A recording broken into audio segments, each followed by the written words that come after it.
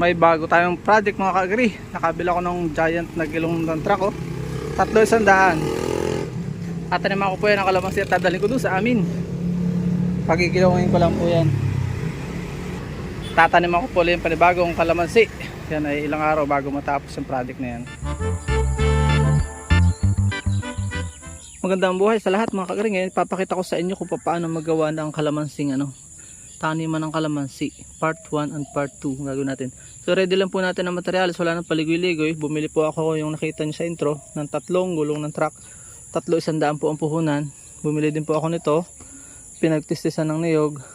4,100. Dadalo na deliver pa. Ito palo po yung dalawa pa since hindi pa naman natin kailangan. So libre na po ito. Ito po ay binulok na bunga. Yung nga katawan. Ito po ay libre din. Akin po itong ginadampot lang sa ilog. Mga banlik na may buhangin. Napakataba po niyan. Libre din ng bunot. May balat ng saging. May kakawate. Libre din po yan. So nangapital po ako ng 200 dito. 200.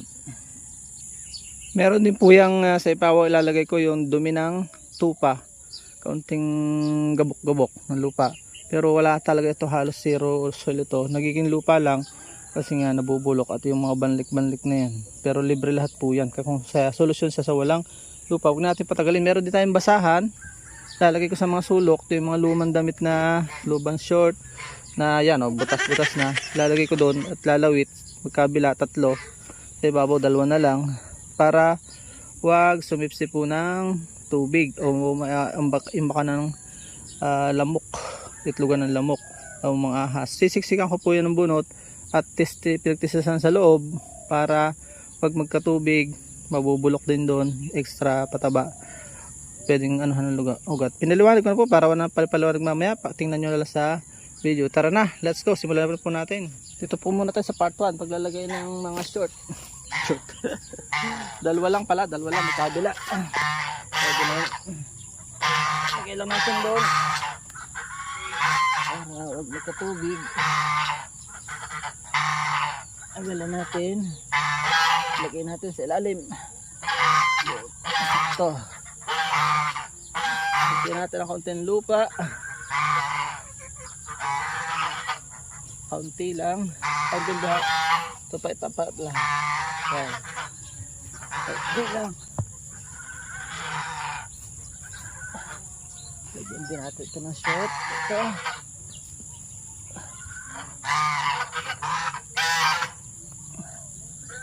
Para masip-sip niya pabalik. Yun. Yun. Tapos lagyan na natin ito agad. Okay. Ayos.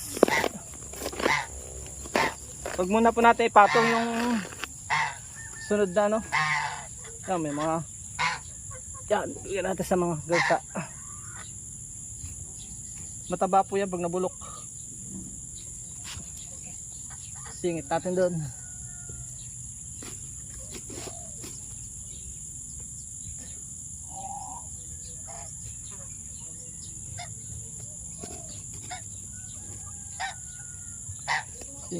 Singit. Para huwag magkaroon ng ahas.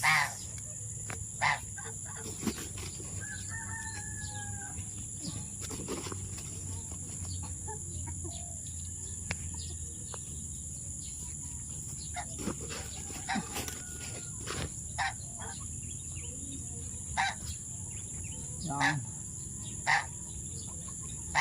Daming laman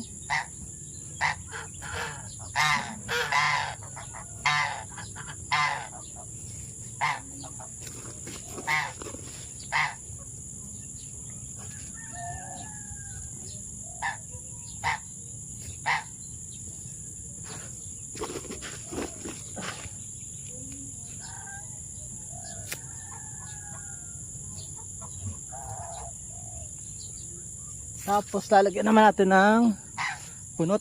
Saksakan natin ng bunot.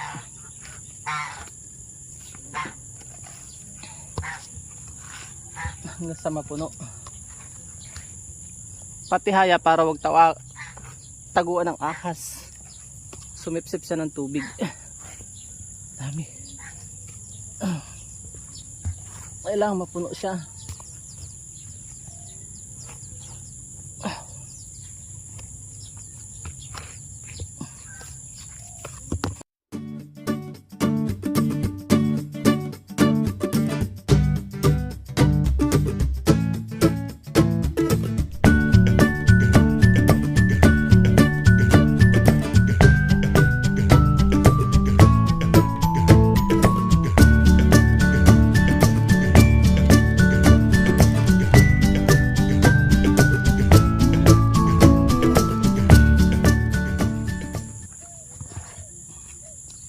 Hanggat kasya pa, ilagyan po natin.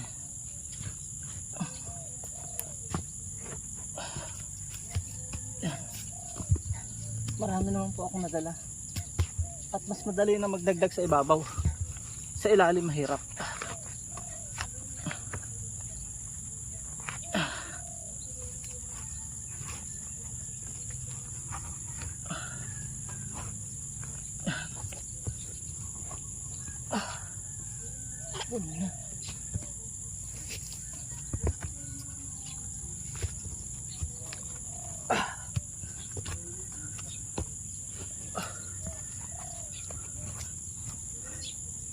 Ito po yung sarili nating innovation sa pagsasaka. Yan. Tayo hindi pa nakaligo. Bago po ako pumasok, ginawa ko na din ako namitas na limot ng durian ngayong umaga. Para matapos. Hindi ko natapos kagabi. Sobrang pagod na. Okay. Yan ay part 1 pa lang. So magdadagdag na po tayo ng panibagong gulong.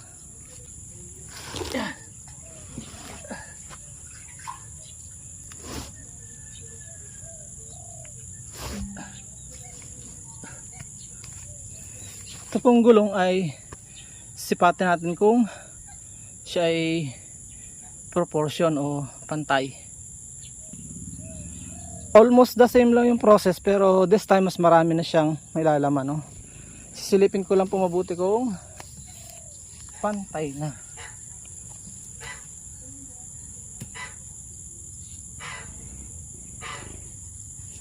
Ipod ng konti.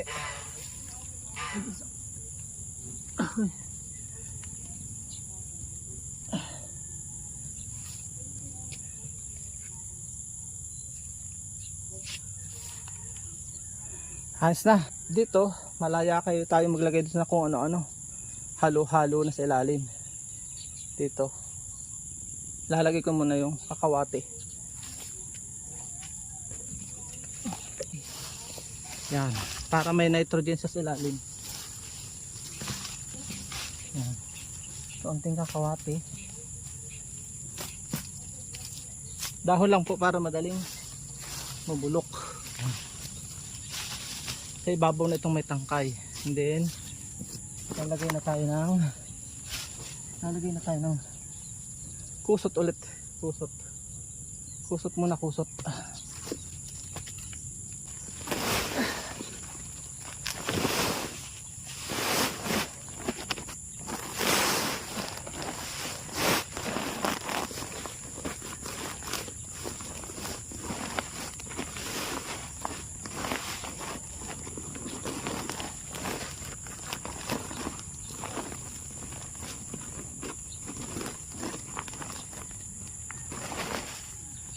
Yan. Halos na ubos na. Ilalagyan ko ulit muna dito ng basahan. At baka lagyan lang natin ng kaunting side yung gilid.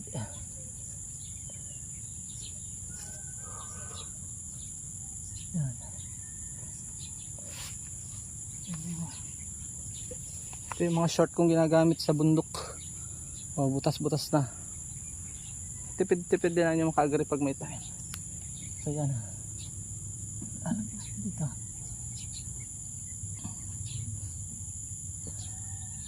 Yan. Yung short na yun ang sisip-sip para bumaba. Yan. Lagyan na ulit natin ng usot ang loob.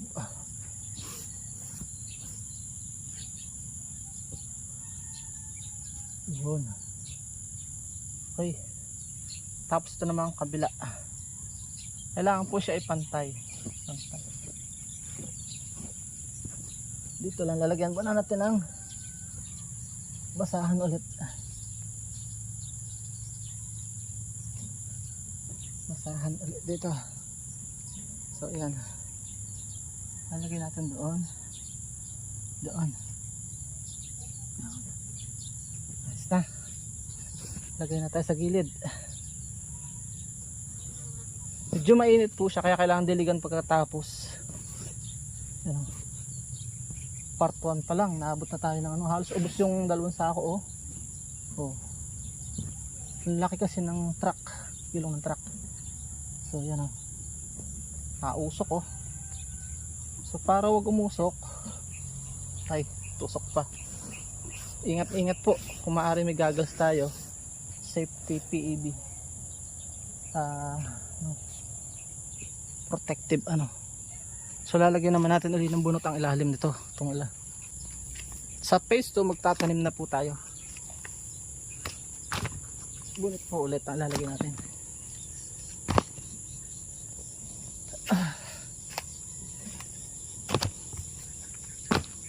Yan. Tapos sisiksikan ulit natin itong mga gilid para huwag magka ahas. Yan. Tanda natin dapat patihaya para takot ang ahas sa basa. Ayaw nila yun, gusto nila tuyo.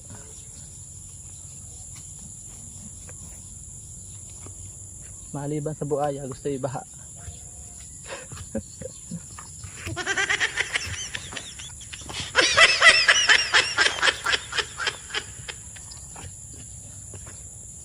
Madami palang proseso, no? So ganyan lang naman, napaka-liit na capital kung wala kang lupa. Meron ka namang kaya niyan toong hindi lang 10 taon, baka umabot ng 10 taon. So yan.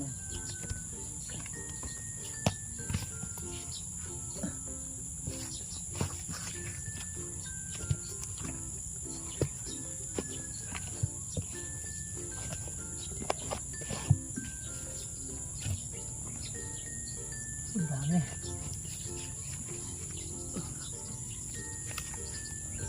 Takaw siya.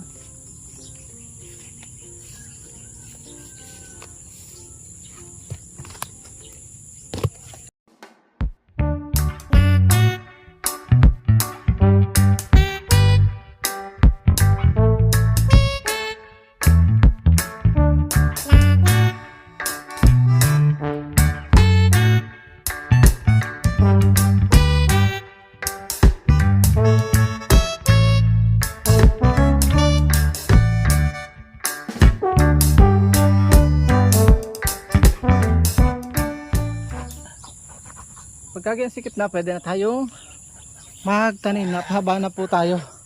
So ganyan lang po mga kagre yung pulp to prepare.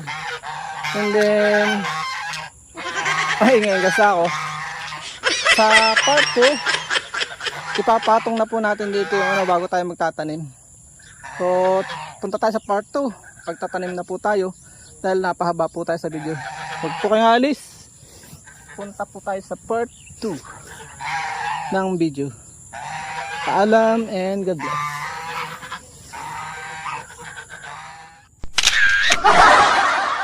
At dyan po nagtatapos ang munti natin vlog. Kung kayo pinapagpala at mahilig kayo sa ganitong klase mga upload, please consider subscribing and hitting the bell icon so that you'll get notification sa mga upcoming namin videos. Ano po? Magkita-kits po tayo sa susunod natin mga vlog. Paalam and God bless. Bye bye po muna.